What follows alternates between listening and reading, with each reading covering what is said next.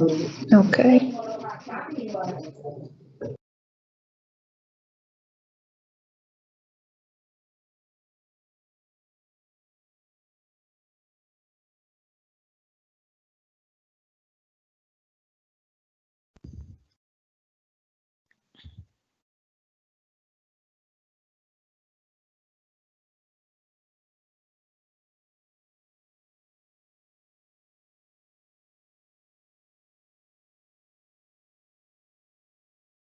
Good morning.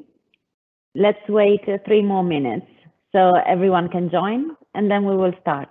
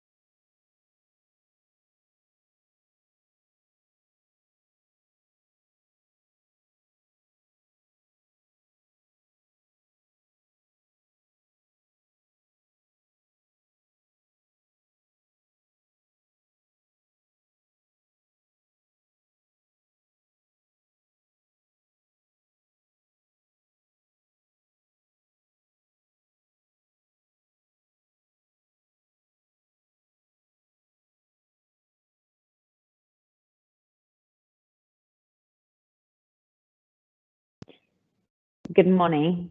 1 more minute, more or less, and we will start.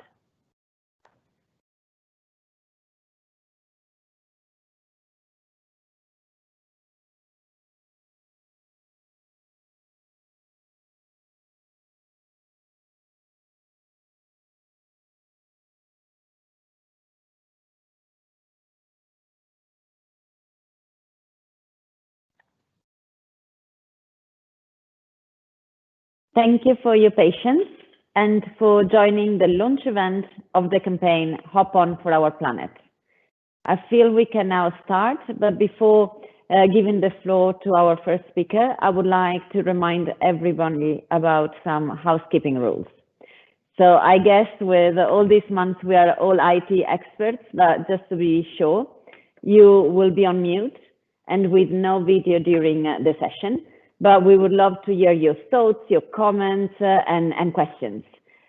So kindly use the chat function that you can find on the bottom of the Microsoft Teams screen. I will then be able to see and read your comments and questions and then make them available to the full audience.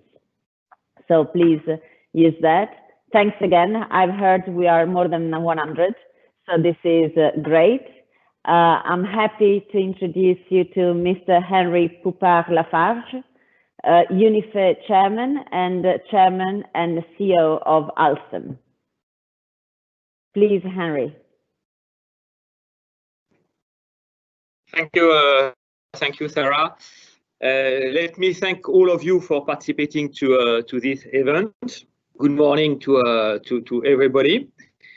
As being said, as chairman of the UNIFE and the Association of Europe's leading rail supply companies, I can only pay tribute to the huge ambition set by the European Commission. And what we are doing today is fully embedded in the global effort of the European Commission to decarbonize our mobility sector. As you know, the European Green Deal seeks at reducing by 90% transport emissions by 2050. As you know, we need to have zero emission and flexible mobility solution accessible for all European citizens. And for that, rail is by far the most environmentally friendly solutions. We need to digitalize our railway systems to make them more efficient, even greener, ever greener. We need to innovate, and for that we need, of course, to recruit more and more talent. And I definitively think that the rail sector, our industry, has something to propose to all our people in Europe and all potential future employees. If I had to summarize these open campaigns and what we want to convey to our future, to the students and engineers and future employees of the railway industry, is three things. I think the first thing is that our jobs have a purpose. All our fellow citizens, all our colleagues are looking to work for companies which are really changing the world. And really, our companies, the railway sector, is changing the world for the good. As we know, again, after walking maybe and cycling, the rail transport mode is by far the most sustainable mode of transportation. We know that the mobility transition will only be achieved if we achieve the shift from other modes of transportation to rail transportation. It's not only a question of CO2 emission, it is a question of CO2 emission, but not only, it's also a question of particles, it's a question of noise, it's a question of land usage, it's a question of assets usage. I mean, as you know, a train can last for 40 years, 50 years, when to the other extreme, a scooter can only last for a few days, 18 days on average, actually. We know that the population and of course, the younger generation is increasingly aware of these climate change challenges. And they also are increasingly willing to work for companies which are making a difference. And I think our sector is making a difference, and maybe it's not known enough. And maybe the year of rail being launched by the European Commission would be another opportunity to make it known by everybody. But definitively, our campaign is targeting to all the audience to make sure that everybody knows that our sector is here to make a difference. That's the first reason behind this campaign. The second one, which is also something which is not necessarily well known by the global public, is that our industry is extremely innovative. We are sometimes seen as a quite mature industry, and I strongly believe, on the contrary, that there are a lot of innovations going on, as you know, led by Europe with Shift to Rail, but led by all our companies. We have, I would say, strong and fundamental innovations, such as in traction. Of course, we have a lot of digital innovations in signaling, in predictive maintenance. We have a lot of innovations to make our mode of transportation even healthier than they are today, to take into account the current situation of the sanitary situation of Europe. So the innovation is at the heart of the railway industry and the heart of most of our companies, if not all our companies in this sector. I think it's worth being said. So these are, as I said, companies which have a purpose. These are companies which are innovating and innovating for the good. The last reason is, I think, we are a truly European sector. We are present in all European countries. We are a truly diverse industry. We are welcoming all people from different origin. Of course, we have a lot of progress to do in terms of gender diversity. That's in all our companies, and starting by Alstom and by my companies, but all companies have to do some progress there. But I think we can propose to all future employees a very welcoming from everywhere in Europe. There is no country in Europe where you don't have a railway industry. Wherever they come from, their different origin, national, social, gender origin, and so forth. So that's also something that we can bring to Europe. That's something that we can bring to our colleagues, and that is also not extremely well known. So I think we have, I think on one hand, again, companies which are working to develop sustainably the world, companies which are innovating day after day, and companies which are diverse and inclusive. So the combination of the three makes it, I think, a unique opportunity for our colleagues to join us. And we need our colleagues. We are a growing industry. We need to recruit. We need to recruit experts, engineering, project managers, developers, and commercial people, and all kind of functions. So we need them. So it's also a unique opportunity to tell them, look, come and work for the railway industry. You will find a very welcoming environment.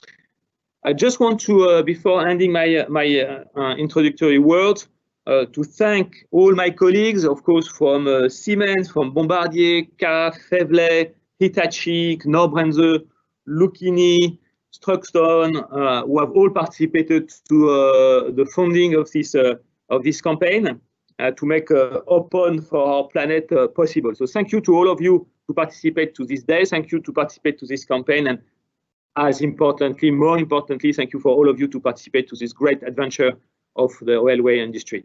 Thanks a lot. Thank you, Henry. We all agree that to achieve Europe's ambitious climate plan, we need innovation, both technologically and structurally. Yet also we need talent, as you said. And we cannot deny that Europe is facing a skills shortage in science, engineering, and math, especially among women. So it is with this ambition, attracting talent, that the biggest players of the rail supply industry have decided to unite forces and to launch the Hop On for Our Planet campaign. So what is this campaign, and how can we hop on? I'm happy to give the floor to Jan, who is going to provide an overview of the initiative and give voice to some of the talented young people powering the industry forward. Please, Jan. Thank you, Sarah, for the introductions. Well, let me actually start saying by when we started working on this campaign that we were very impressed by the know-how and the ambition of the rail supply industry. The companies in this sector have an incredible drive to discover, to innovate, to create, and to build. And Europe today needs this drive more than ever. As we all know, is that we live in a world of uncertainty with dramatic challenges, a world where we all must play our part to fight climate change and to protect the planet that we call home. For the rail supply industry, that contribution is innovation. These companies are engineering the solutions we need to fight the climate crisis. They've made rail already one of the most green form of transports available, and are innovating day and night to make it even greener. And that's the innovative change that we need to see. And that's how we're going to realize Europe's green recovery and the European Green Deal. However, we must also face an inconvenient truth, and that is that Europe has a skills shortage in science, engineering, and math, and especially among women. Without this talent, the rail supply industry just cannot deliver on their promise. And that's exactly why the Hop On for Our Planet campaign is so vital. The stakes are too high to tolerate the status quo. We need to get Europe's innovation future on track and fast. And that's the purpose of the Hop On for Our Planet campaign, supported by the biggest players of the industry. And I would now like to share with you the campaign video to give you an idea of what we've all been working to and what we're trying to communicate to you today, and hopefully will help you to spread the message.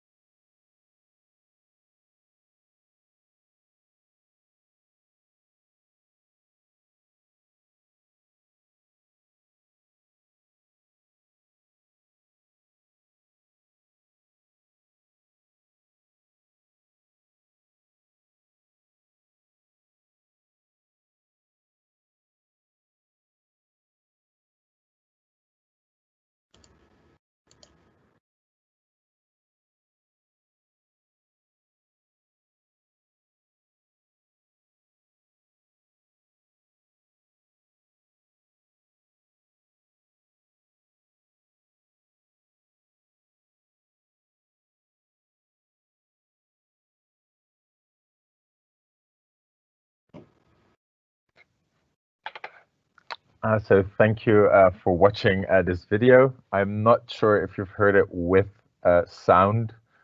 This video will be live on the hoponrail.eu website later on, so I invite you to check it there as well, so you can watch it with sound. I think there was a technical glitch there. I think this gives like a short overview of what the campaign is about, and I will now talk to you about the different components of the campaign. We actually started listening. We started the campaign by listening to the generation that is going to live in this future that we're facing and that we need to rethink. Generation Z, aged between 16 to 25, are the generation that follows the millennials. So it's those who we listen to. And it's by listening actually that we learn. And by learning, we can act with intelligence. So the listening began with a survey, and we asked over 2,000 plus Europeans in the Gen Z generation to share their views in 6 key countries. And the countries where we did the interviews are in France, Germany, the Netherlands, Italy, Spain, and Poland. And if we look at the outcomes of the survey, what we learned is really encouraging to all of us gathered here today. The survey shows that Gen Z is ready to hop onto rail and to hop onto careers and studies for the planet. If we look at the results, firstly, the first result that we'd like to highlight is that almost 3/5 of Gen Z in Europe is willing to change their transportation habits to practice sustainability. They know that climate change is real, they see it, they feel it, and the majority is also ready to act on it. Secondly, they want their governments to act too. And it's not just by signing a pledge. No, they want them to invest public money in research and development for sustainable transport, especially zero carbon technology and improving the affordability of their journeys. Thirdly, about half of Gen Z wants to hop onto careers and studies for the planet, especially women in STEM. This is truly fantastic news because, as Monsieur Poupard-Lafage already pointed out in the introductory speech, is that we're actually lacking women in the industry, and learning that Gen Z and especially women in Gen Z are willing to hop on is fantastic news. The rail supply industry is already green, and it's getting greener with innovation, and that we're going to achieve with the contribution of women and men equally. So the Hop On for Our Planet campaign is really showing the innovative and the green side of rail, because that's the side that we all need.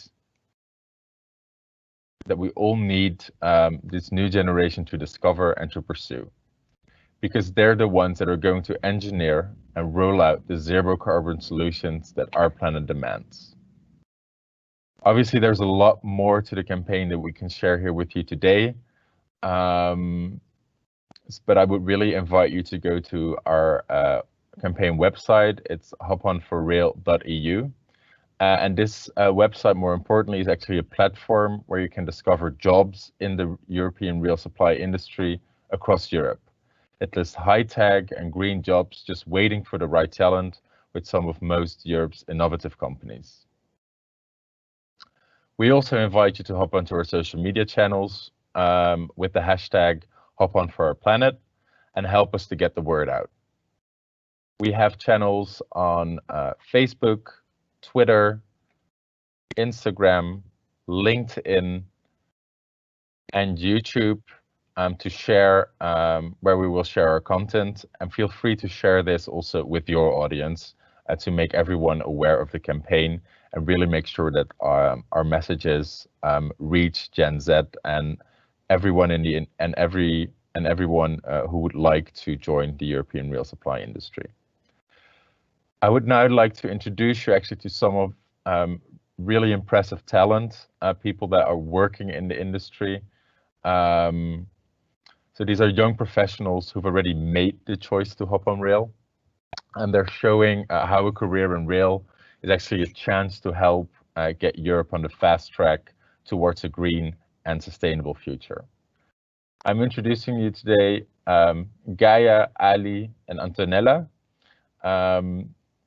who will briefly introduce themselves, shortly say what they're currently working on, and why other people should join. So an invitation to future colleagues to join the industry. And I'd like to start with Gaia, who is Head of Strategy and Business Development for Rail Infrastructure at Siemens Mobility.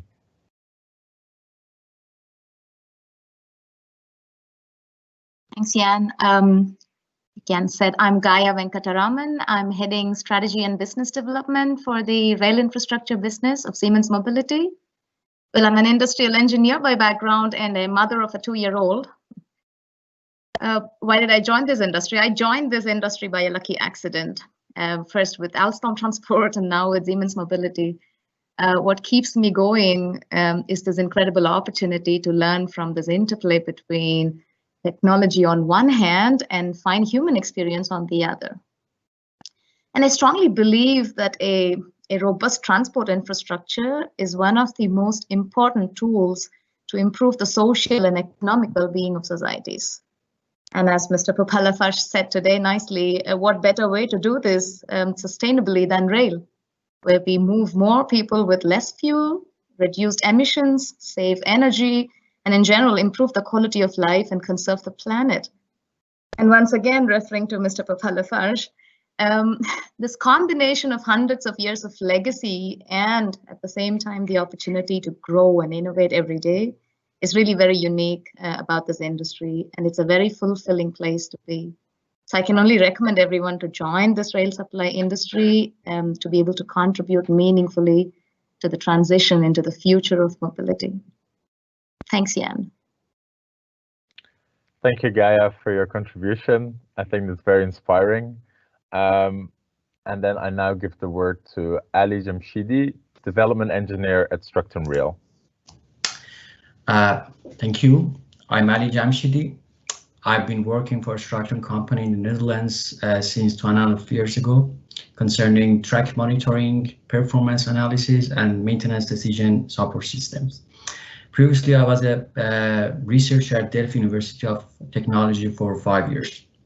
During these 7 years working in European rail industry, I've been engaged in different European projects like Naturel into Smart and currently into Smart 2. As both developer and also task leader, I've been able to meet my European colleagues on a regular basis, visiting them and sharing our achievements. I've been asked to say, based on my own experience, why people should join European rail supply industry. In fact, what fascinates me, people like me in European rail sector, is its huge potential to act on. If you are engineer, civil engineering, electrical, material, even mathematics and physics, if you are economist, environmentalist, business manager, even artist, regardless your gender, like emphasized before, it doesn't matter. You can find endless opportunities to get and at the same time share your knowledge with others. A kind of knowledge that brings literally peace to nature and comfort for modern societies. Join and enjoy collective work towards our main goal: safety, comfort, and future, not only for human beings, but also for nature at the same time. Thank you.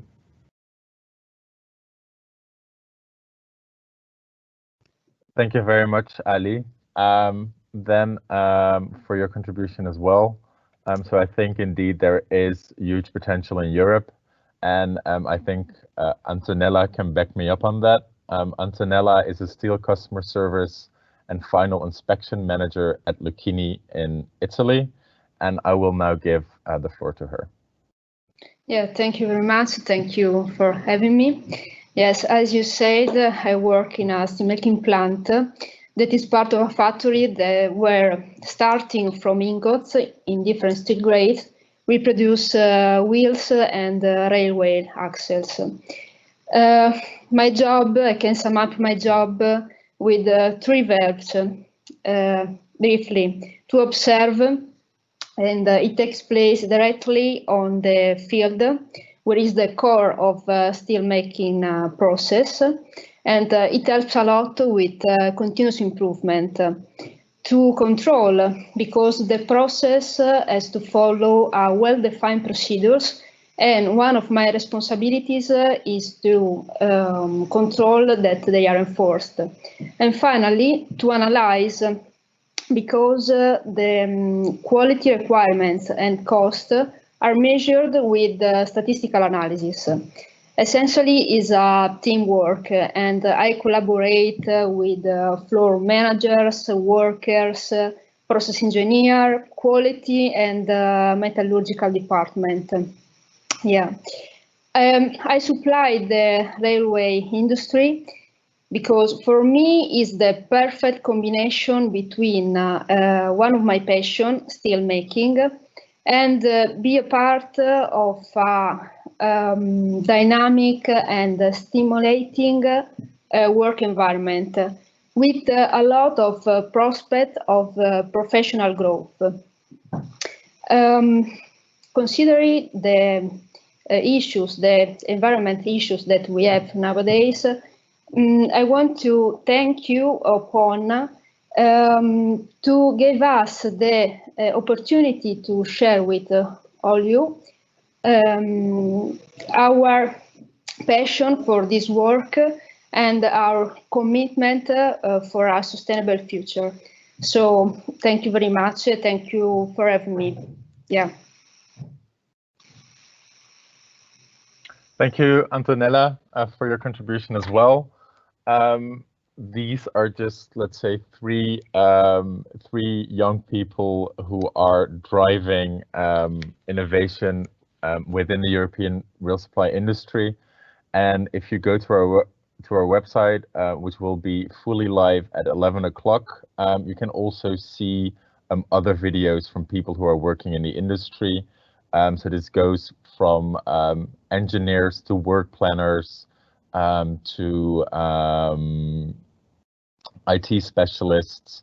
Really, I invite you all to go there and to have a look at what's possible in this industry. Over to you, Sarah. Thank you, Jan.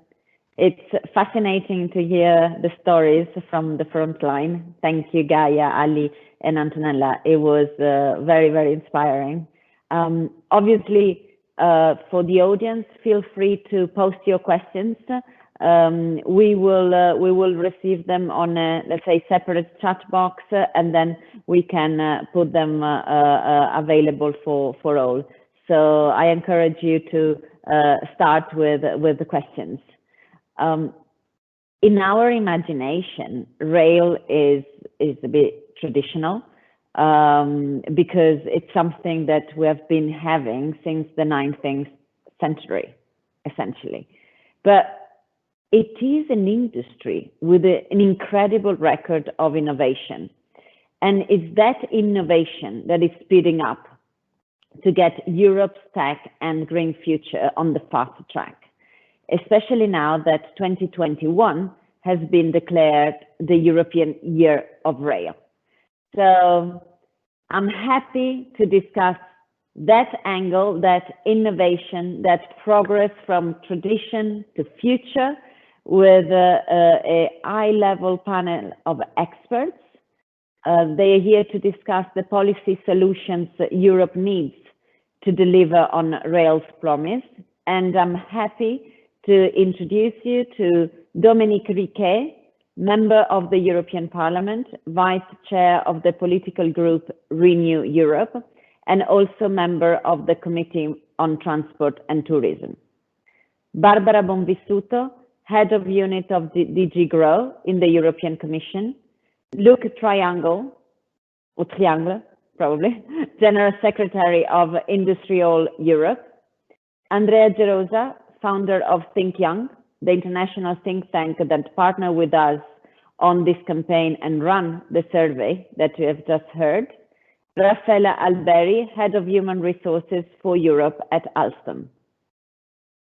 Good morning, everyone, and thank you for accepting this invitation. So let's start with Mr. Riquet from the European Parliament. How does the European Parliament plan to hop on to a greener future with rail? Hi, everybody, and thanks for inviting me for this very good initiative to attract the scattered European to the rail industry. How can we achieve this goal? First, we can never emphasize enough how technologically advanced the rail industry is, and it does not have to blush compared to the air automotive industry. It's always the same comparison about that, but I think it's a very important one. So Chile is more and more concerned by the impact we have on environment and climate, and employees want to feel a sense of contribution to fight against climate change. Working for the rail industry can provide is indeed rail mode of the transportation of the future as the most environment-friendly mode. Let me remind that we are responsible account around 0.5% for 8% of the transportation, yes. The least we can say about the European Parliament is we had already opted on to the greener future with rail. I can assure you that consensus in the European Parliament to push for a model shift could not be larger. As all political groups, mine are in favor of rail and push forward for. This is evidenced by the choice to make 2021 the European Year of Rail, which begins soon, or by the high share of the Connecting Europe facility funding going to rail project as high at 80%. So it's remain nothing for the other mode. The European Union's policy for rail is very clear. It's aimed at creating a single rail area by removing all technical and economic barriers between the national rail systems. From a regulatory standpoint, the texts are already here with the fourth railway package.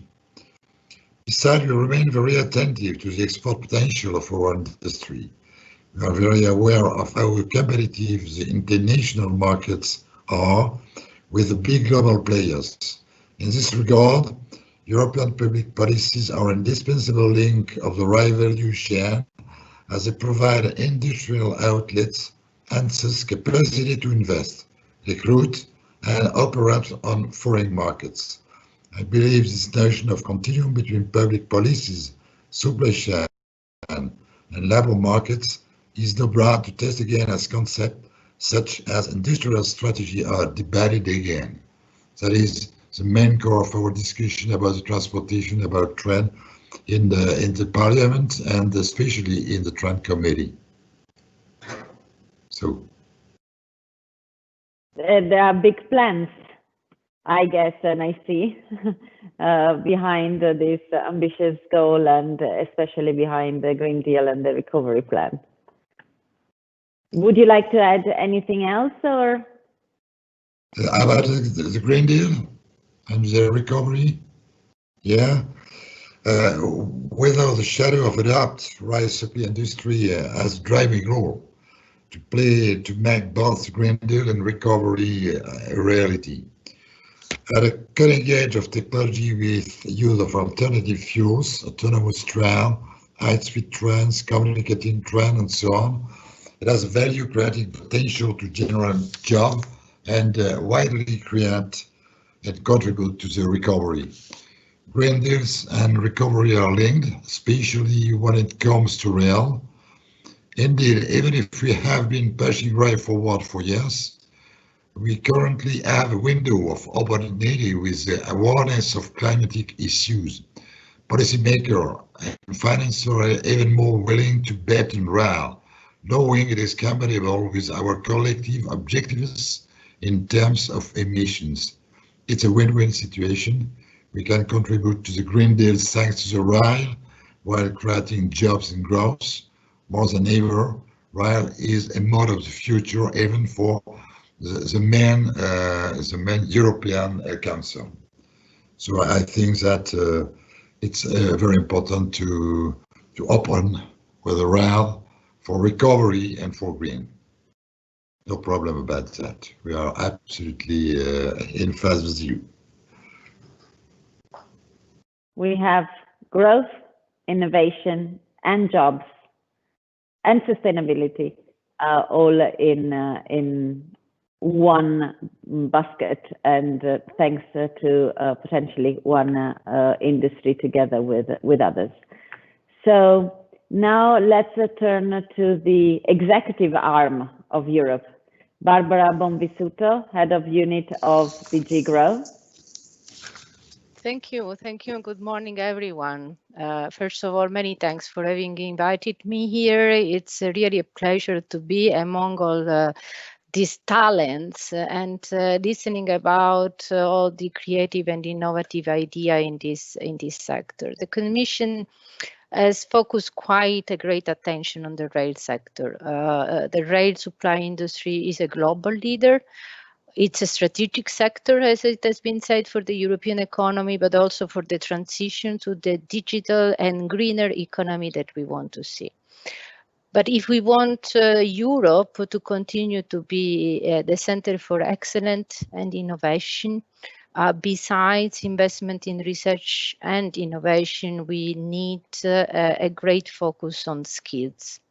A competitive industry depends on recruiting and retaining a qualified workforce.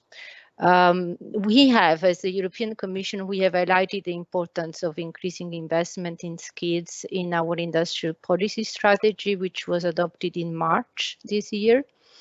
And for sure, upskilling and reskilling will be even more key drivers in the recovery from the pandemic and for the long-term competitiveness of the sector.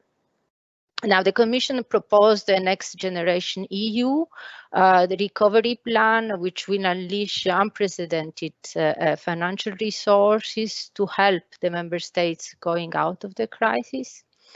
And we have issued guidance to the member states. And in this guidance to member states, we encourage them to include adaptation of the education systems to support digital skills and educational and vocational training for all ages.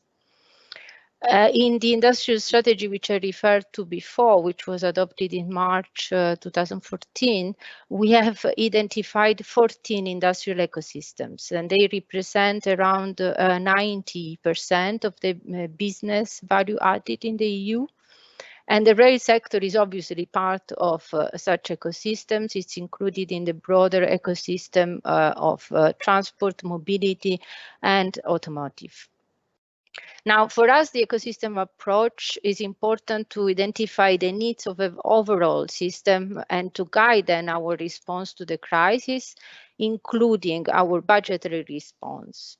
The good thing is that for the rail sector, we already have carried out an identification of the needs.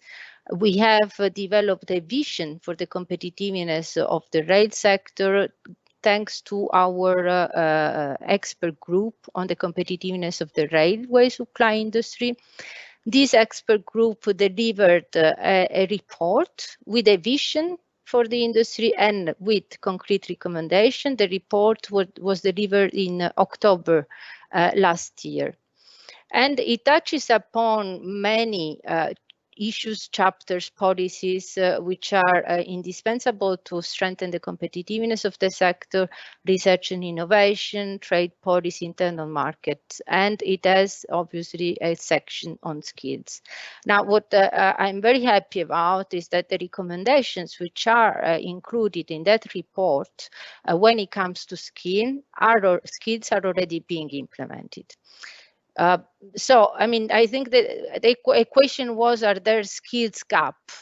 Yes, I mean, we estimate that in the next 5 years, 120 million Europeans will have to re-skills or upskills or upskill. And the digitalization, automation, artificial intelligence, these are all major innovative areas which will have a strong impact on the needed skills. Including in the rail sector. And therefore, we need to take action. And as I said, the good thing in what we have already done is that the recommendations of the expert group for skills are already becoming a reality. How is that? First of all, there's a blueprint for skills. Which hopefully will start being implemented in January 2020. It's an alliance which includes several partners, rail supply industry, rail operators, educational providers, and they are committed to work together to cooperate to fill the skills gap. In the first phase, they will aim to define the current, emerging, and future skills need in order to develop a skills strategy.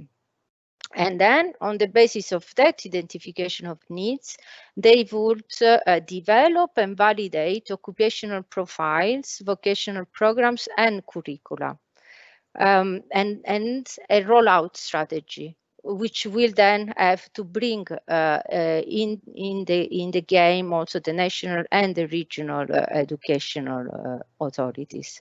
So from the Commission side, we think this is something very concrete. It's funding. It's a project which is funded by European funds and puts together all the actors, all the relevant actors. And we hope that will help satisfy the skills need in the sector. Thank you, Barbara. I'm a political graduate myself many, many years ago, but I can really see the need for the market, the job market for STEM education, and all the European Commission and the Parliament and all member states are doing to push for that type of skills, because those are the ones that are requested the most by companies. So turning to the industry side, Mr. Triangle from Industrial Europe. So there is a plan from Europe, from the European Union, to push for STEM, a plan to make sure we have green and sustainable transport. And when these people arrive, when these young talents arrive in the industry, how do we make sure we retain them in our company? Or even before, how can we make sure we attract those talents, and that with those talents, we stay at the forefront of innovation and sustainability at global level? What's your view on this? Okay, thank you very much for giving me the floor and the opportunities to speak also in this session. First of all, we are Industrial Europe, the European Trade Union Federation, organizing workers and trade unions all over Europe, including in manufacturing, in industry, in energy, and so on. And let me start maybe by giving you the broader picture of what's going on currently in European industry. We all know these challenges, but I think it's important to understand them and also to see where the challenges are, and specifically for our rail supply sector. The main challenges are today, the transformation of industry is driven by the implementation of the Green Deal, by the decarbonization agenda, by the electrification of our automotive sector, and so on. The second challenge, and it's combined with this, is the implementation of further steps towards digitalization. These challenges were there and are still there today, and will be the main drivers for change in our industry in the next years.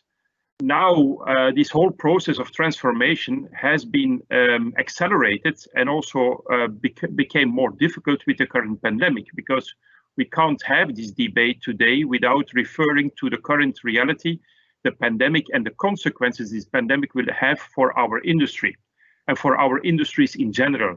What we see today is indeed a lot of restructuring already announced and ongoing.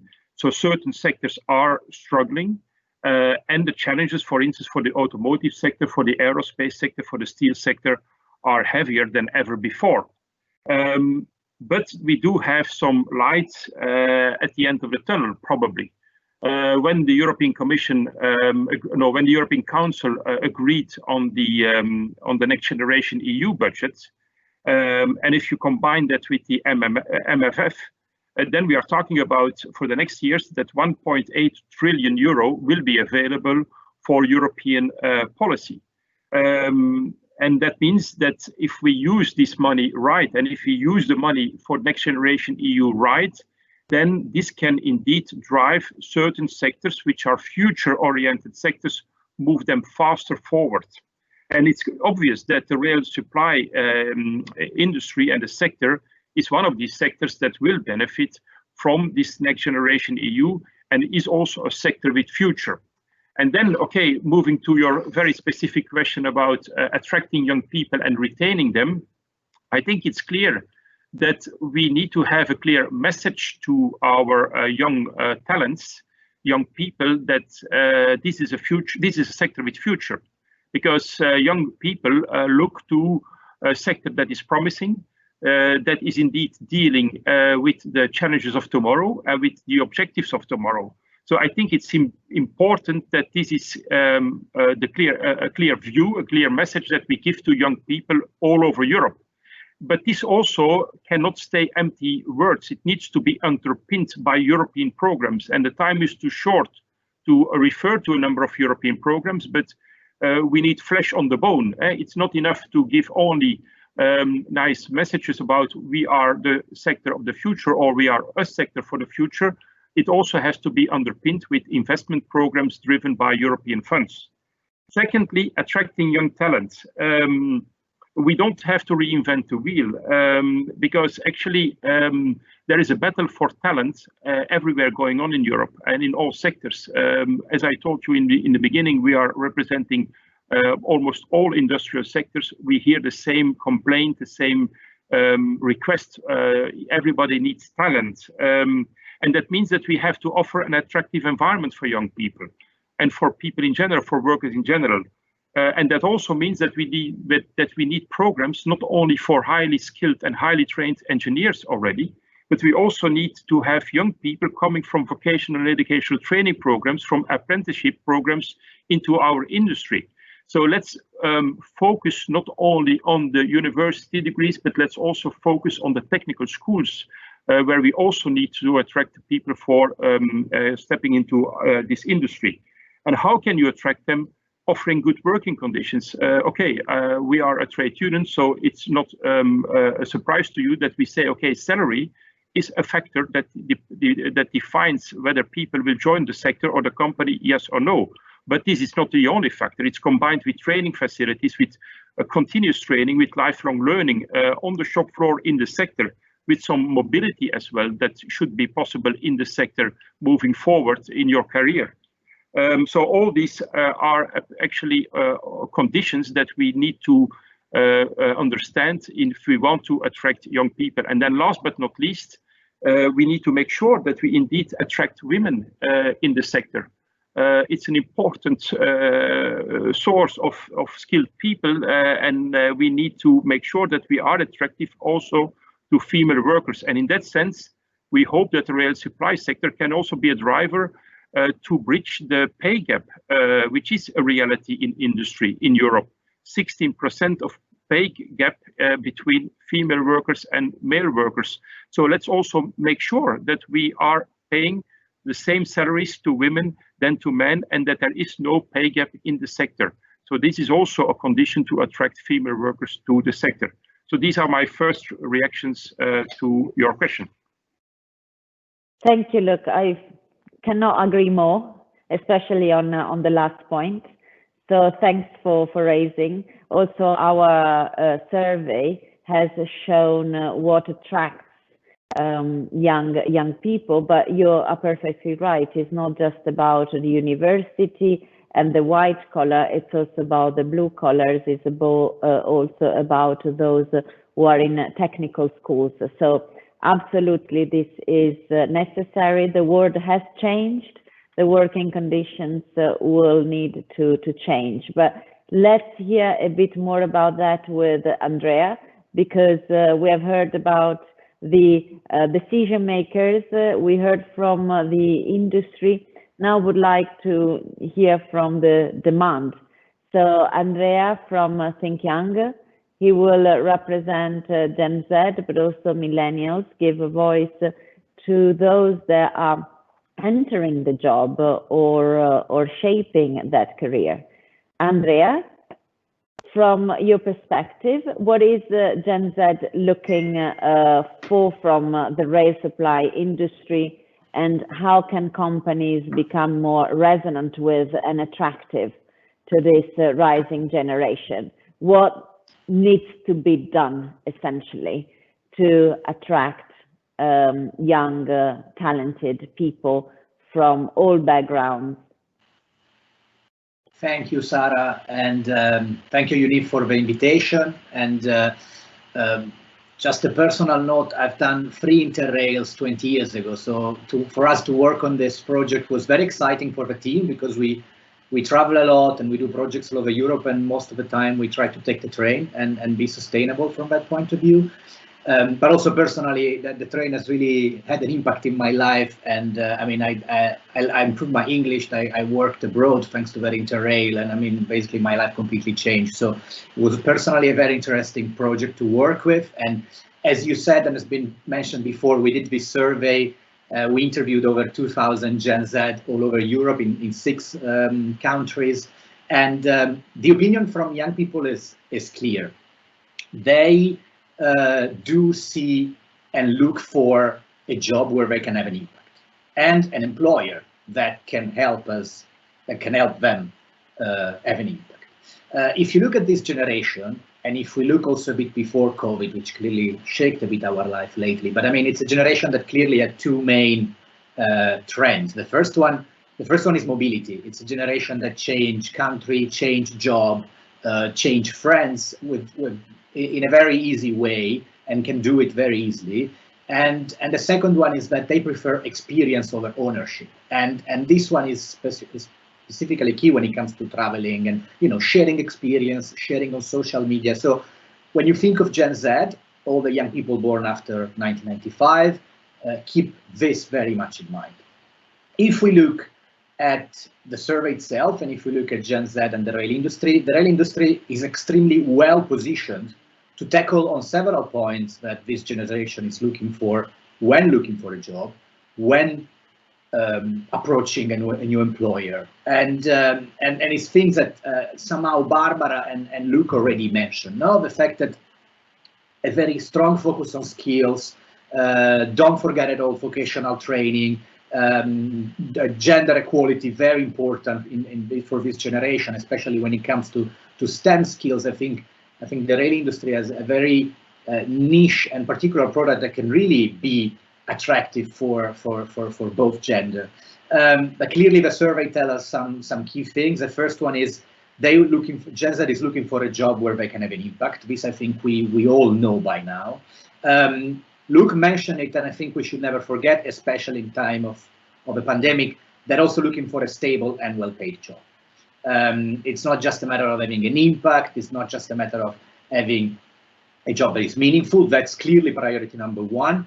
But with everything that is going on in the world, not just with the COVID-19, but also in the previous 5-10 years, I would say in Europe, having a stable, well-paid, long-term job, safe job, that's key.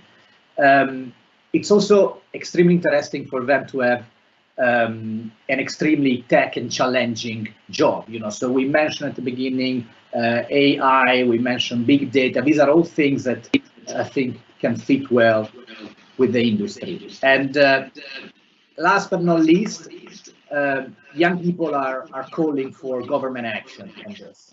So invest in infrastructure, incentive to ride rail, reducing in tax when going on a rail. So these are all the things that come from the survey, and this generation is very key, strong, and adamant.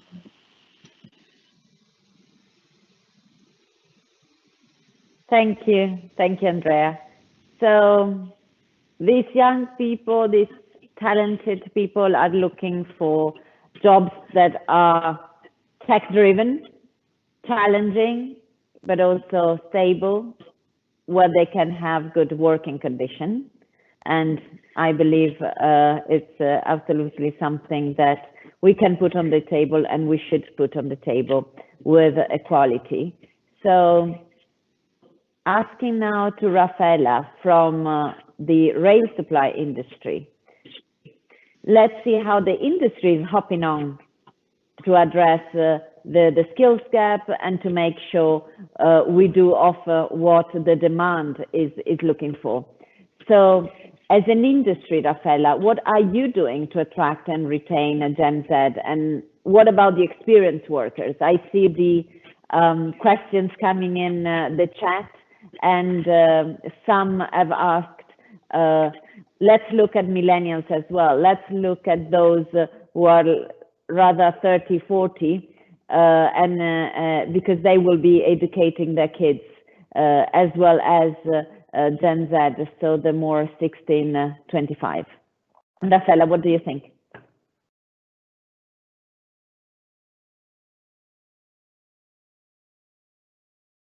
It has to happen once a day. You're on mute. Sorry about that. Sorry. So starting with the attraction as an industry, and I can give my experience at Alstom, but I know that also other colleagues in the same sector are doing the same. We have to start working in anticipation. So we start to work with the universities. We go there, we present our company, we present our products, our activities, what we do. Sometimes we also do co-design of some courses at university, because we want to be present there, and we have to try to present our sector and our industry, which is not so well known. But other than that, we do the same with the technical schools. So we do not only focus on university, we also work with the technical schools, and we offer vocational training.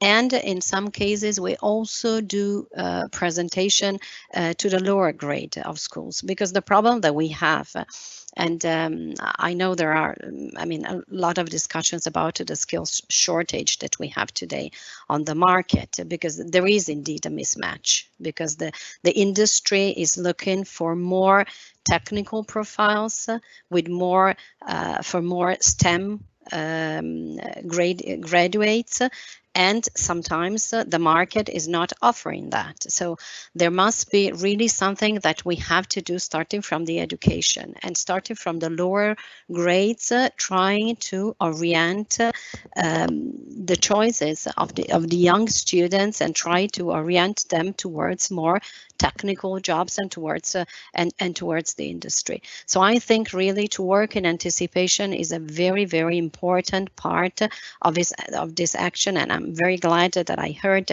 Barbara speaking about the blueprint for skills, because I think this is a very, very important initiative that is really trying to direct education and try to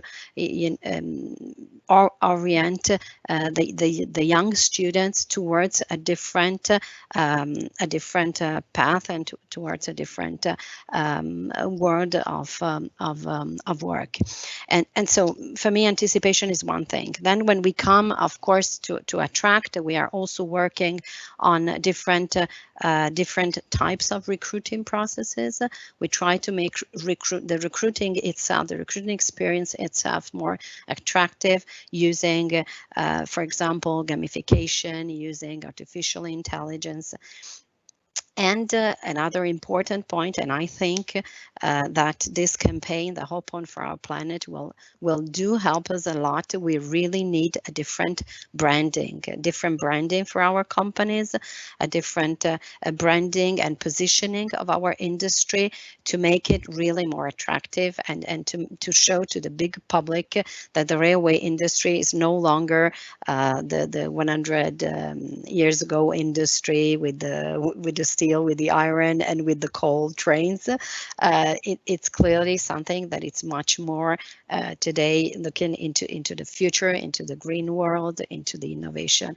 So I think also this initiative is very, very helpful in terms of raising the awareness and making our industry more well known, and of course more attractive to the young people and to the talents.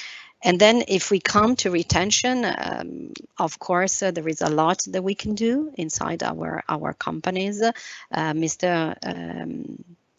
Luc before mentioned the fact that we have to create a sustainable working environment, an attractive working environment, so to offer good working conditions. This is very much sure, and it is about salary, but it is not only about salary, because especially this Z generation, they are looking also for meaningful job. They are looking for the right work-life balance. So we have also to think about different type of contracts with more flexibility, offering smart working, for example, offering flexible benefits, offering well-being initiatives, CSR, corporate social initiatives within the company, because this is also very important for them. They want to be part of a big organization which is doing something for the world, but they also want to contribute in an active way. So these are all, it's a big portfolio. It's much more complex than it used to be in the past, because it is not only about money, even if the money, I agree, it's an important part. And moving to the gender topic, of course, we have to continue to work in order to cover the gender pay gap, which is there. We cannot deny it. But also talking about gender, I don't know if we want then to extend the topic, but it's also more complex, and it's not only about the salary. But indeed, there is a lot that we can do, creating better and more attractive working conditions in our industry. Thank you, Raffaella. I just take the opportunity, since you mention it, What about internships? Is this something that the industry is offering to get a glimpse of what the job will look like? Yeah, for sure. We work on, as I mentioned before, internships, maybe more targeting university students, but we also offer vocational training for young guys who decide not to continue to study after high school, after technical school, and we have both possibilities with internship and with vocational and technical training, and both of them at the end of this process, very often there is an opportunity for a job, because as also someone mentioned before me, this is a growing industry, and we have a for sure big need of resources, technical resources mainly. And look, I would like also to ask these questions to you.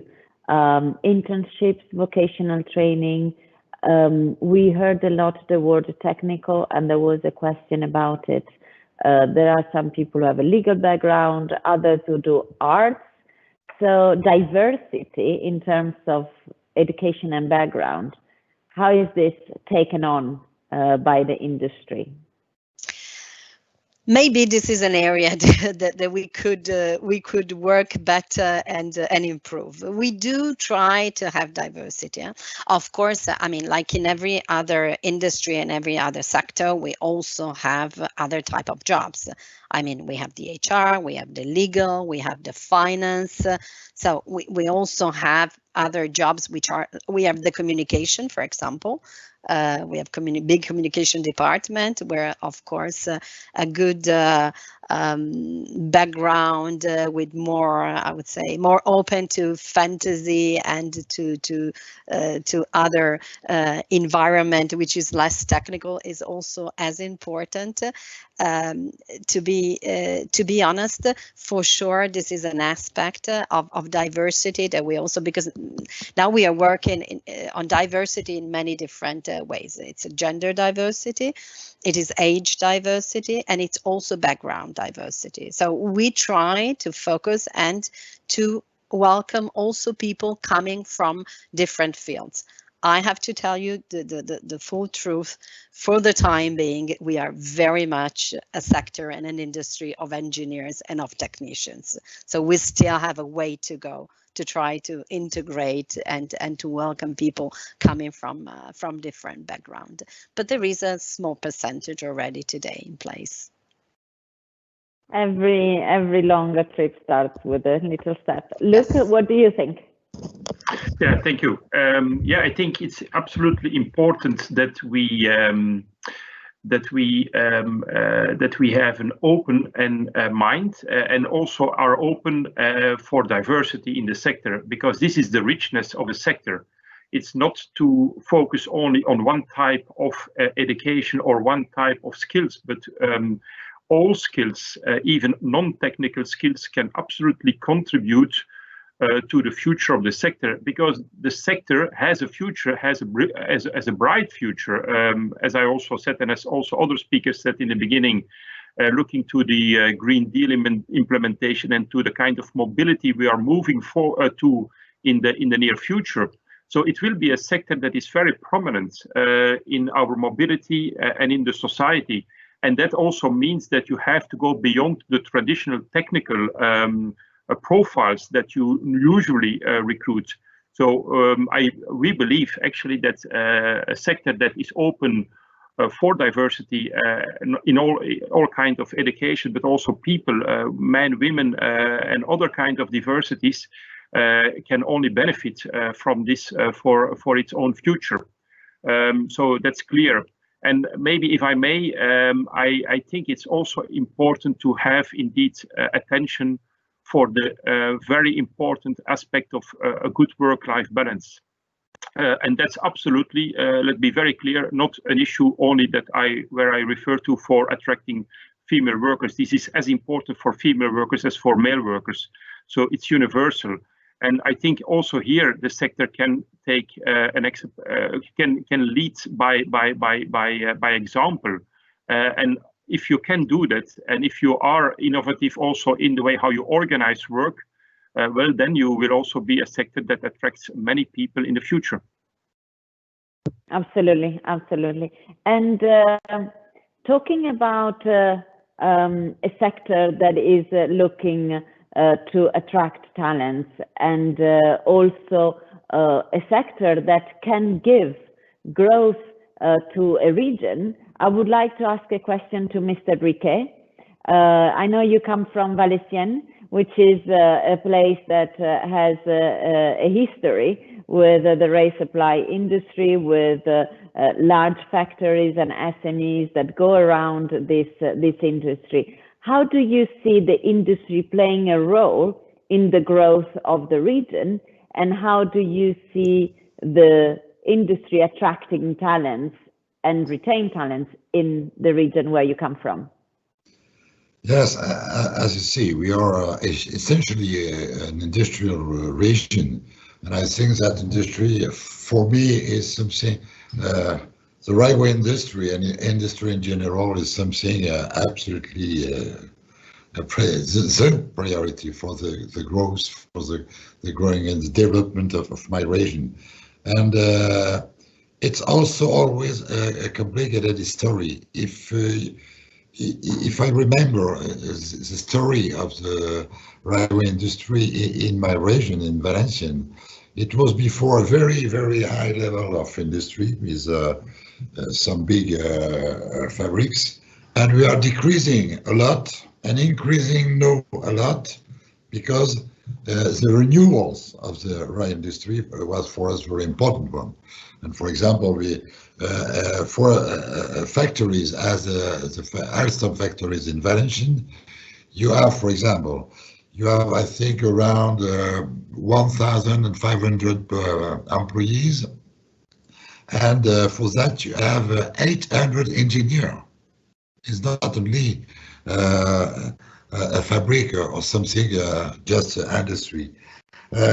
Finally, I'm a little bit stoned, because I think that if I knew railway industry is the European railway industry is the world leader, is a very innovative industry. It is a social mode, mass mode of transportation.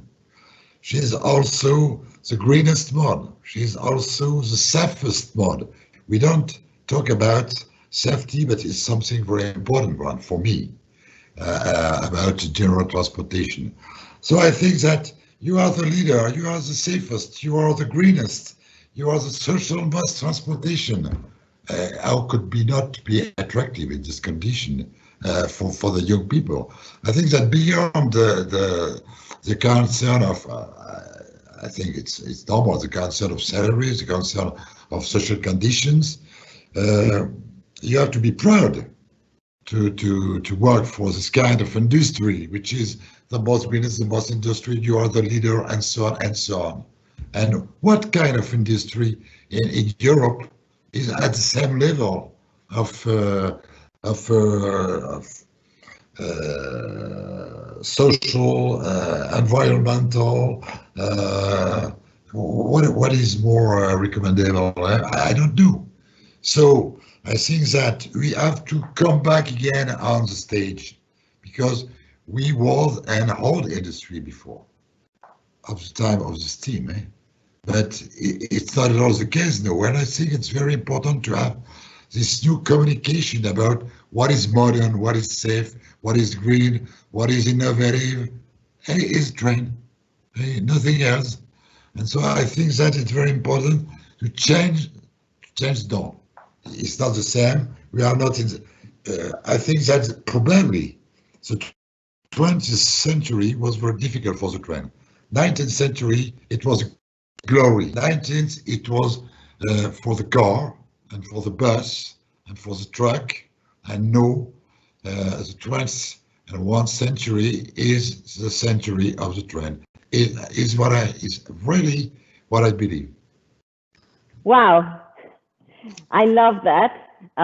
Being proud of being part of the industry. I think we can ask you to be the industry ambassador. You have pitched it perfectly, and thanks a lot. I cannot agree more. It's true. Rail is about innovation. Rail gives jobs, and there is a need for job. And rail is a transport that is one of the greenest and safe. So thanks a lot for this elevator pitch about the industry. And Raffaella, I guess she agrees with me on this point. But moving to the wider industry of transport, Barbara, in your experience, do you see a skills shortage issue shared by other industries as well, other sectors? Yeah, thank you. For sure. I mean, the skill gaps and the need for reskilling, upskilling is a concern which is shared by many sectors, which is normal because we are in the middle of a profound transformation of our economy. The digital, the green transformation, changing business models, even in the transport sector, and moving from ownership to shared mobility, changing production processes. So in my experience, for example, in my unit, we are also dealing with the maritime sector, where a blueprint for skills has already been launched a few years ago. And I was previously dealing with the automotive sector, which was one of the first where a blueprint for skills was launched. And actually, we had the idea when we, in the expert group on the competitiveness of the rail industry, we had the idea to invite the automotive industry players involved in the blueprint for skills. And I think that was a very good occasion, because then the rail sector, I guess that by having this first-hand experience from another industrial sector, they really understood the importance and the need to grasp this opportunity which is provided by the blueprint for skills. So I think it would be, and I would really encourage exchange among the different sectors, because they can learn a lot from each other. And our also ecosystem approach is not looking at rail in isolation or automotive in isolation. We are looking at the mobility sector. And there may be indeed jobs which will be lost in the automotive sector, but maybe they will move to the rail sector. So it will make sense to also build together some curricula. And that will also help the flexibility in the work market, in the job market, that people can easily move from one sector to the to another one if the right skills needs are identified and the right profile in terms of education are identified and then deployed. If I may, since I have the floor, just a couple of things. With respect to women, we launched in November 2017 a platform which is called Women in Transport, where companies can share best practices. So I would really encourage all companies from the rail sector to go and look there to find inspiration. And the last thing, for sure, in order to attract young people, but in general to enhance diversity, we need to influence the public perception around the industrial sectors in general and the rail sector in particular. So I think that would be a very good opportunity. Next year is the European Year of Rail. And I think focus should also be put on communication and improving the public perception.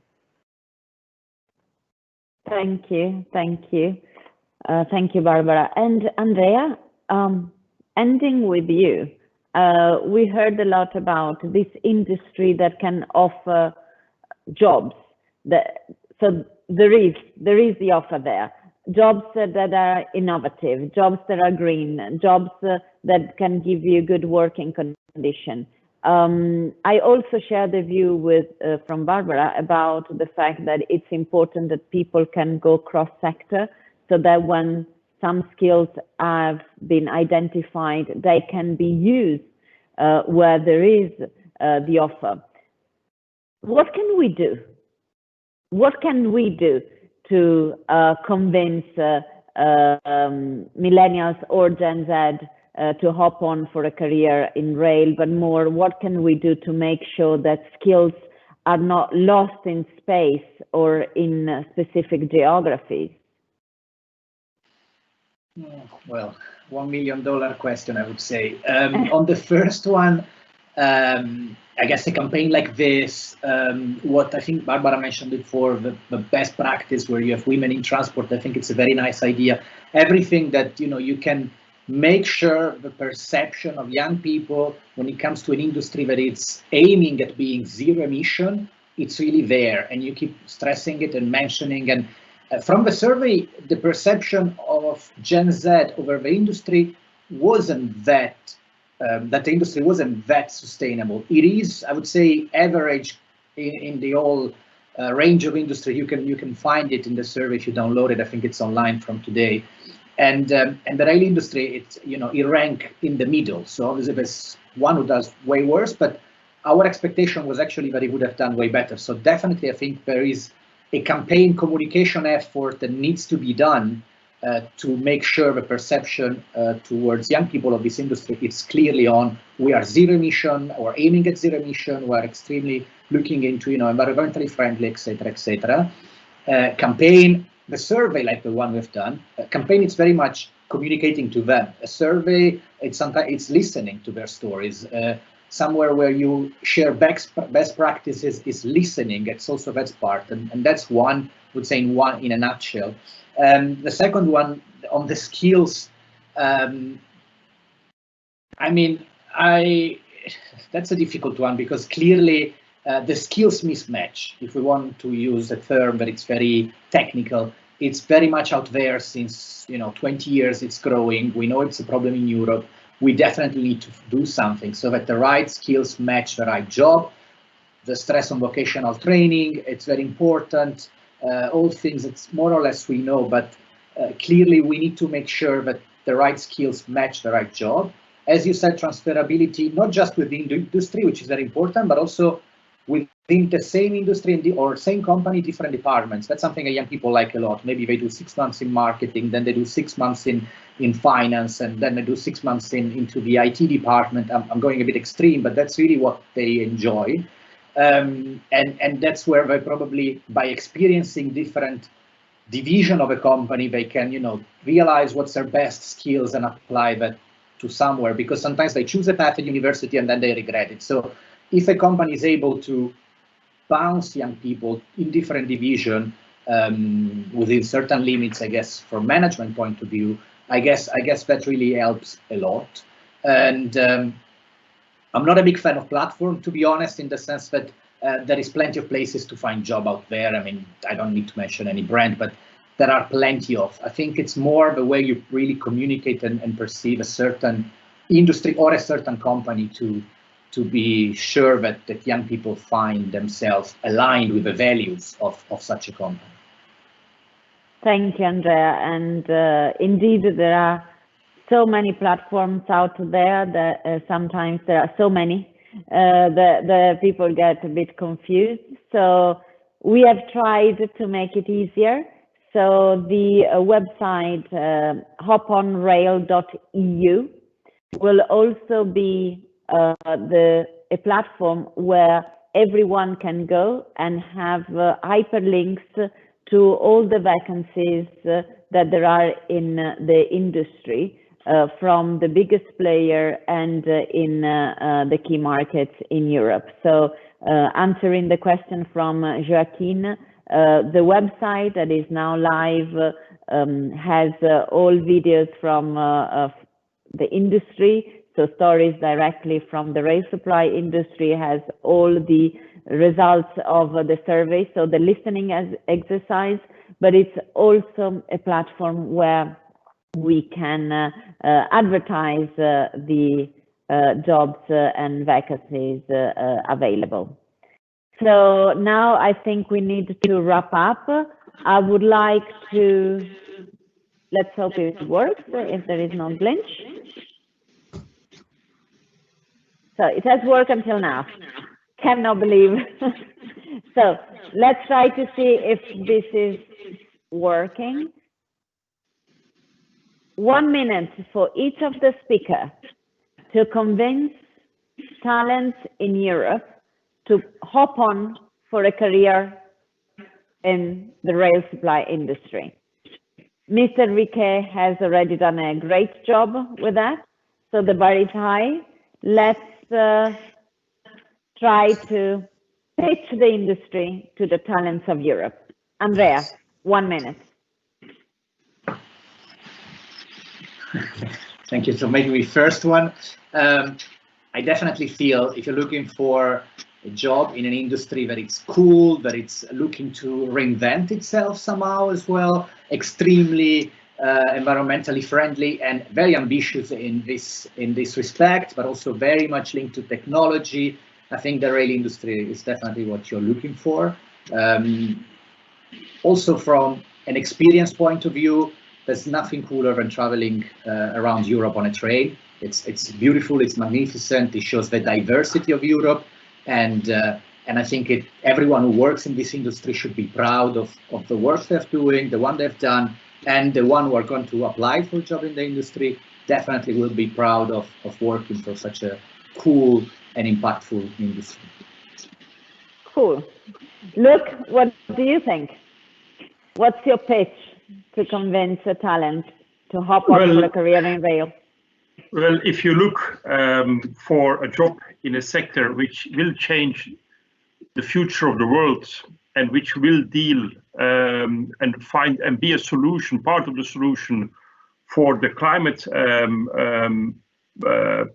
issues we have currently in the sector, in the society, where also a sector where thanks to good collective bargaining, the best possible wages are paid, and where you have plenty of training facilities for further training when you start your career there, then let's go for a job in the rail supply sector. By having done this promo talk, I will send you my invoice later on, but okay. Okay, thanks. So, and Barbara, what do you say? What's your elevator pitch?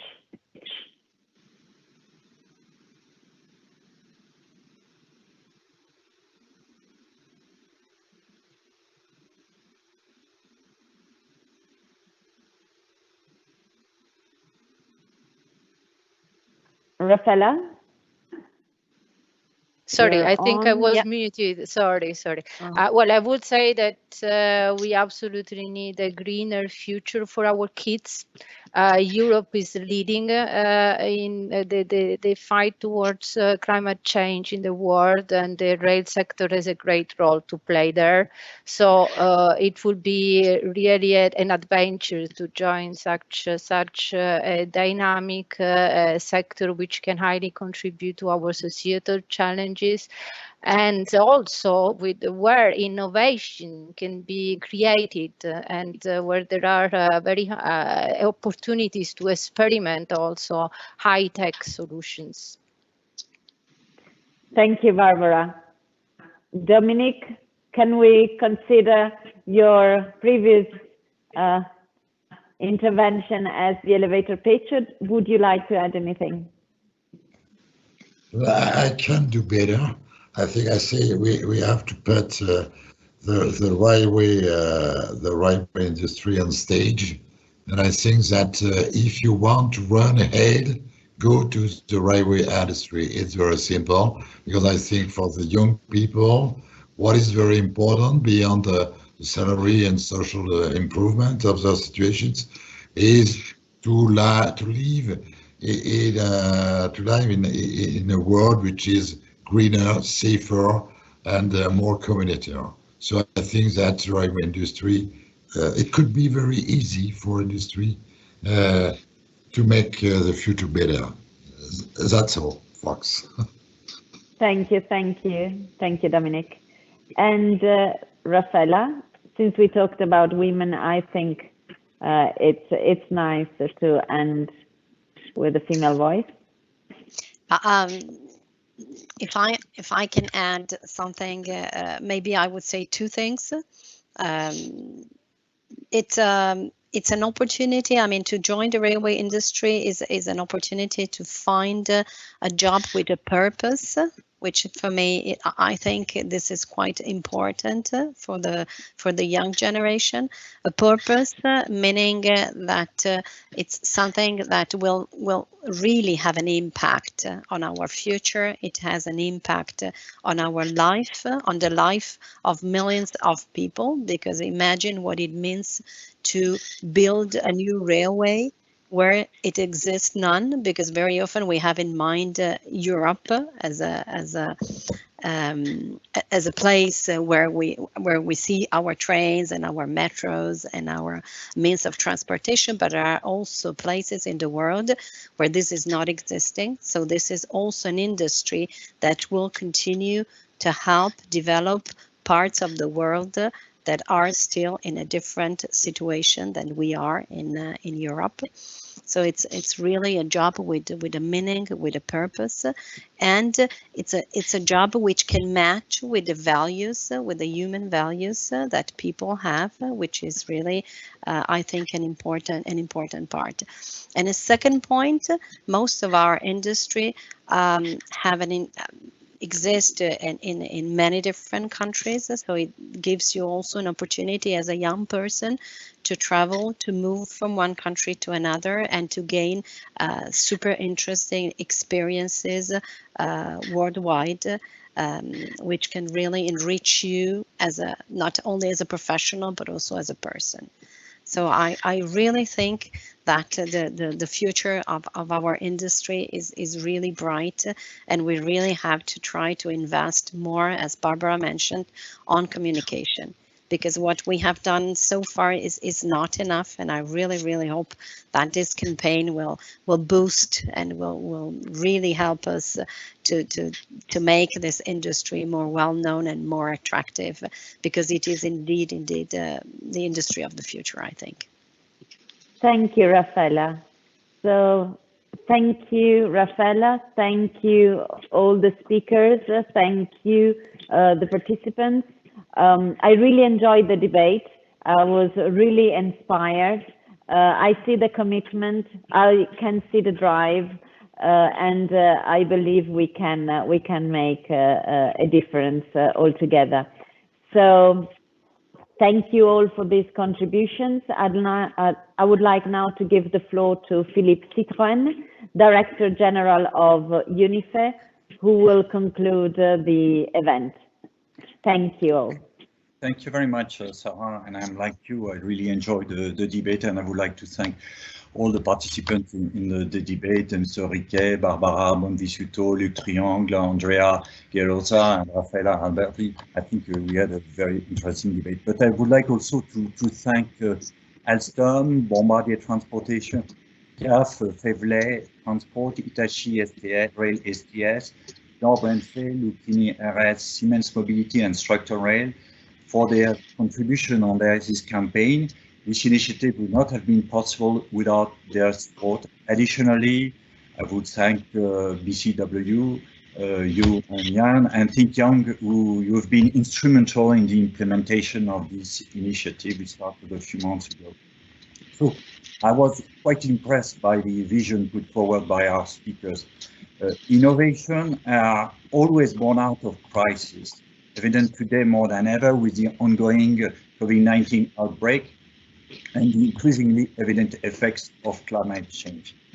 Hop-on for our planet is, as it has been said, an important opportunity for the rail supply industry to welcome in a new generation of innovators to our sector, both those entering the workforce and those looking to use past experiences as they take on new challenges. This campaign will also allow us to communicate to our colleagues new opportunities to gain the skills needed to accomplish sectoral sustainability goals. Hop-on is being launched at the moment, a very important moment when the European Union is beginning to appreciate the rail sector's contribution to its wider Green Deal goals. This year, it has been said during the debate, the Commission announced that 2021 would be a celebration of rail's value in future transport decarbonization to the European Year of Rail. I would like to thank the Parliament, because I know that a few days ago the Trump Committee, where Mr. Petit, the Vice Chair, has approved this European Year of Rail proposal. This series of events will take place across Europe and will be an unprecedented opportunity to recruit new talent and communicate the rewarding possibilities open to those that chose to work alongside us in building rail systems for a cleaner planet. This launch also comes shortly after the EC recent approval of a grouping for skills for the rail sector, for which I would like to thank DG GROW and particularly Barbara Bonvisto for a big support. This initiative, which was submitted during the last Erasmus Plus call, will play a pivotal role in providing the next generation of rail workers while upskilling and retraining their more experienced colleagues with the knowledge needed to make green mobility possible. Hop-on will work together with these efforts by informing the unaware of the opportunities being provided by vocational training centers, technical schools, research institutes, and universities across Europe. So lastly, we'd like to say thank you for attending this launch today. Your interest and continued participation in the months ahead will be critical in ensuring that rail industry continues to be Europe's most sustainable form of transportation, best suited to serve as the backbone of a clean multimodal mobility system that will help achieve the EU Green Deal goal of carbon neutrality by 2050. Just want to give you the last information is that you will have plenty of information on the website. You will get all the attendees will receive information on this. The Gen Z survey and faces videos are live on the website. If you need to have more information, of course, you can contact UNIFE people. So now we are today at the launch of the campaign. You have a lot of information that will be sent to you. And I would like to wish all the best to you. And of course, we are at your disposal if you need anything. And thank you again for the participants today. And now we are going to show again the video that we tried to show at the very beginning, hoping that this time it will work. We tried already this morning, but it worked perfectly. But now let's hope it works. If not, we'll find it in the website. And thank you again to all the participants, to all the attendees to be here for this launch of the Hop-on for Our Planet campaign. Thank you.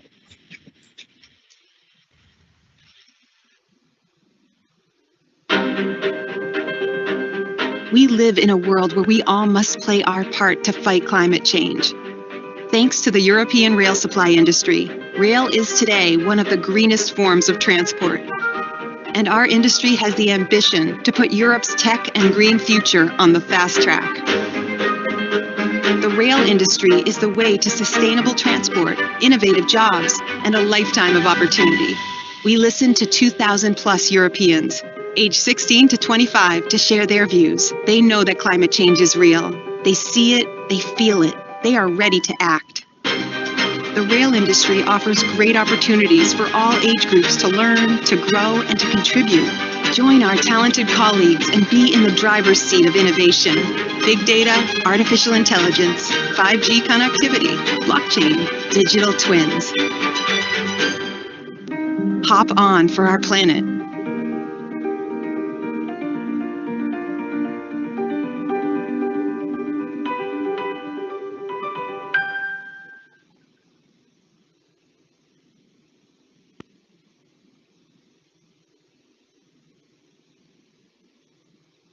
Thank you all for participating. I believe you have enjoyed the video. Have a wonderful day. Please spread the word. Hop on our campaign channels. Visit the website. We're ready to listen to you and to engage with the talents across Europe. Thank you so much. Have a wonderful day. Thank you.